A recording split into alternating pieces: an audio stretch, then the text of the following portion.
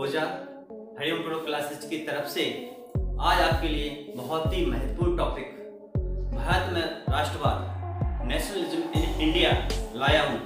दोस्तों, हम यहाँ पर समझेंगे कि भारत में राष्ट्रवाद कैसा है, राष्ट्रवाद का क्या अर्थ है। हम समझेंगे कि महात्मा गांधी जब भारत में आए तो उन्होंने कौन कौन से आंदोलन चलाए, उन्होंने क्या तरीका अपनाया, सब कुछ हम आज इस वीडियो में जानेंगे।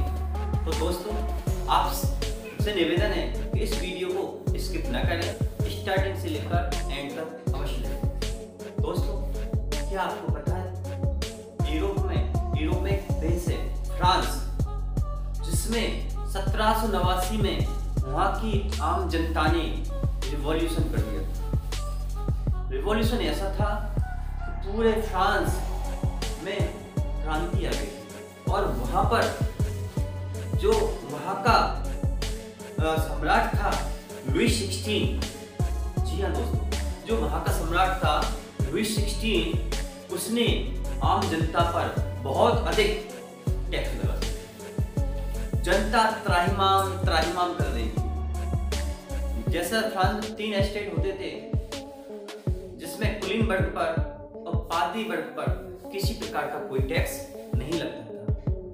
वहां की जनता ने क्रांति की 1789 में और वहां पर उस सम्राट के शासन को उखाड़ फेंका और वहां पर इसके बाद में संवैधानिक शासन स्थापित हुआ।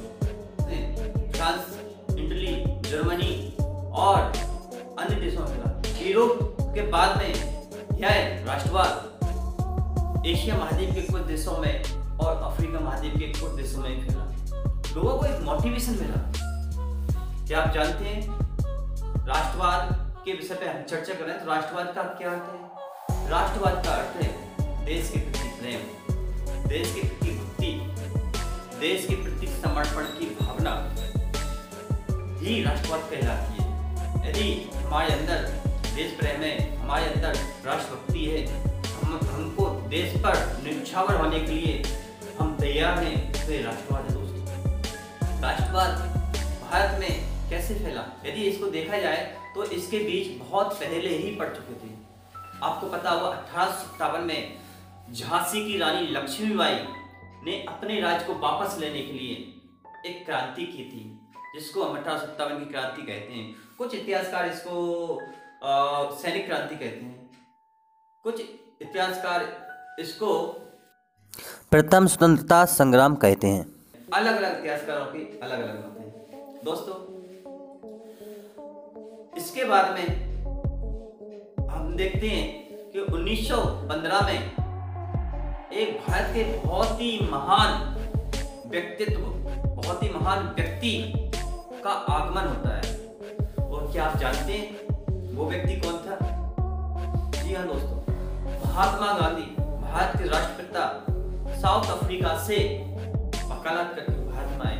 ये वो व्यक्ति थे जिन्होंने साउथ अफ्रीका में धूम मचा रखी थी। ये वो व्यक्ति थे जिन्होंने अब दूसरे देश में, साउथ अफ्रीका दूसरे देश में, वहां के जो श्वेत वर्ग था, जो अश्वेत वर्गों से नफरत करता था, उनको भी घुटनों पर ला दिया। जब महात्मा गांधी का 1915 में भारत में आगमन होता है, तो हम देखते हैं कि उन्होंने भारत की यात्राएं की। वो भारत की यात्राएं करने के बाद में उन्होंने सत्याग्रह अपनाया। अब मन में क्वेश्चन उठता है, सत्याग्रह क्या है? सत्याग्रह क्या है? दोस्तों, सत्याग्रह को यदि देखा जाए, सत्य के प्रति आग्रह। यदि हम अहिंसा को अपना लें, सत्य के मार्ग पर चलें, तो इसी को महात्मा गांधी ने सत्याग्रह कहा था। सत्याग्रह हम भारतीयों को गांधी जी ने वो हथियार दिया जिसमें ना हमको बंदूकों की जरूरत थी, ना हमको बमों की जरूरत थी। सिर्फ आत्मबल, सत्य और अहिंसा के आधार पर हम अंग्रेजों जैसी महाशक्ति, जिसका सूर्य का ग्रस्त नहीं होता, उनसे भी हमने लोहा लिया।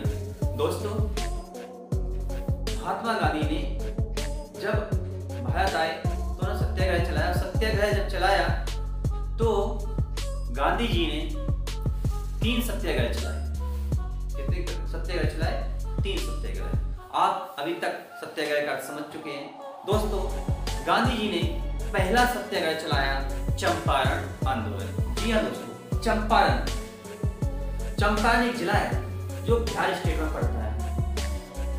गांधी जी 10 अप्रैल 1917 को चंपारण पहुंचे।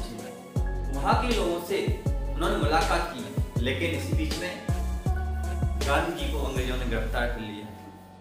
और पता है आपको गांधी जी ने यह आंदोलन क्यों चलाया था? क्योंकि चंपारण के जो किसान थे उनको मजबूर किया जा रहा था नील की खेती करने के लिए। अब आप सोच रहे होंगे नील की खेती क्या है दोस्तों, नील की खेती वह खेती है जिसका प्रयोग हम कपड़ा रंगने में करते हैं, जिसका प्रयोग हम कलर बनाने में करते हैं। दोस्तों, गांधी जी ने नील की खेती का विरोध किया। क्यों? क्योंकि नील की खेती से वहां की जमीन अनुपजाऊ हो जाती है, वहां की जमीन बंजर हो जाती है। गांधी जी ने 1917 में जब इसका विरोध किया, वहां की जनता एकजुट हो गई, गांधी जी का साथ दिया, लेकिन अफसोस गांधी जी को गिरफ्तार कर लिया। हाँ, इसमें गांधी जी का साथ दिया डॉक्टर राजेंद्र प्रसाद। आपने सही समझा, भारत के first president doctor Rajendra Prasad, Gandhi ji का साथ दिया कृपलाल ने। तो अंग्रेजों को नील की खेती का दंश को वापस लेना पड़ा और किसान इससे मुक्त हुए। इसके बाद काफी गांधी जी पॉपुलर हो चुके थे। इसके बाद गांधी जी ने एक आंदोलन और चलाया, खेड़ा आंदोलन, खेड़ा सत्याग्रह आंदोलन। खेड़ा सत्याग्रह आंदोलन गांधी जी ने किसानों के हित के लिए चलाया, क्योंकि इस समय काफी बाढ़ आई हुई थी और सूखा भी पड़ रहा था। किसानों की फसल नष्ट हो चुकी थी। किसानों के पास अंग्रेजों का टैक्स भरने के लिए पैसा नहीं था और महंगाई डबल थी। क्योंकि आप जानते हैं अंग्रेजों के लिए अधिक पैसे की आवश्यकता थी। जो 1914 में विश्व युद्ध हुआ था, जो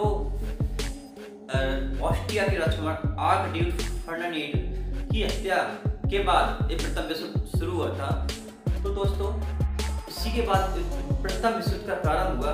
हालांकि हम बात कर रहे हैं खेड़ा आंदोलन के लिए। आपको पता है महंगाई क्यों हुई थी। इसके बाद हम फिर से खेड़ा आंदोलन पर आते हैं। दोस्तों, 1914 में जब प्रथम विश्व युद्ध हुआ प्रारंभ आर्कड्यूक फर्डिनेंड की हत्या के बाद में, तो अंग्रेजों को बहुत अधिक धन की आवश्यकता थी, अंग्रेजों को सैनिकों की आवश्यकता थी। तो अंग्रेजों ने भारतीयों पर, क्योंकि भारत अंग्रेजों का उपनिवेश था, इंग्लैंड का उपनिवेश था,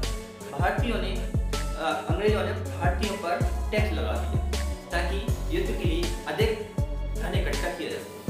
भारत में जबरदस्ती सैनिकों की भर्ती की जाने लगी और उनको भारत 7 समुद्र पार युद्ध के लिए भेजा जाने लगा।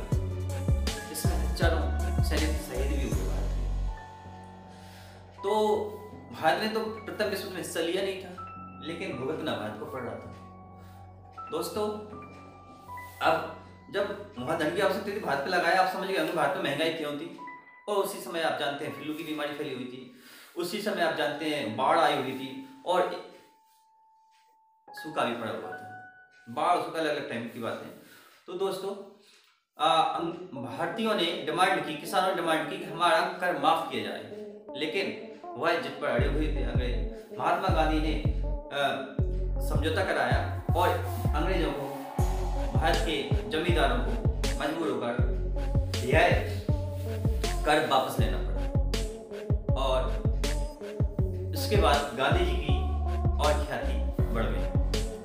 दोस्तों, इसके बाद गांधी जी ने एक आंदोलन और चलाया, अहमदाबाद मेल आंदोलन। दोस्तों, ये आंदोलन किसानों के लिए नहीं था, ये वहां की सूती कपड़ा में काम कर रहे मजदूरों के लिए आंदोलन था। वहां पर काफी महंगाई चरम पर थी गुजरात में, खेड़ा जिले में, अहमदाबाद में। और वहां पर जब किसानों के पास इनकम नहीं थी दोस्तों, अहमदाबाद में मिल आंदोलन चलाया 1918 में। कारण क्या था? मिल मालिकों द्वारा केवल बोनस को समाप्त कर दिया था। मिल मालिकों द्वारा बोनस को समाप्त कर दिया था। इससे महंगाई भी चरम पर थी उस समय। तो वहां के मिल मजदूरों ने फैक्ट्री मालिकों से मांग की कि हमें 50% बोनस दिया जाए ताकि हम इस महंगाई से कुछ राहत पा सकें। और मिल व्यापारी सिर्फ 20% राहत देने के लिए तैयार थे। आखिर में गांधी जी का हस्तक्षेप होता है और गांधी जी ने दोनों के बीच में, मिल मालिकों के बीच में और मिल मजदूरों के बीच में समझौता कराया और गांधी जी ने 35% पर समझौता कराया। दोस्तों, हम नेक्स्ट वीडियो में समझेंगे खिलाफत आंदोलन, सविनय असहयोग आंदोलन, सविनय अवज्ञा आंदोलन, भारत छोड़ो आंदोलन और भारत की आजादी। आज के लिए बस इतना ही। यदि आपने अभी तक मेरे चैनल को सब्सक्राइब नहीं किया है तो प्लीज़ चैनल को सब्सक्राइब करें, ऑल पर क्लिक करें ताकि मेरा आने वाला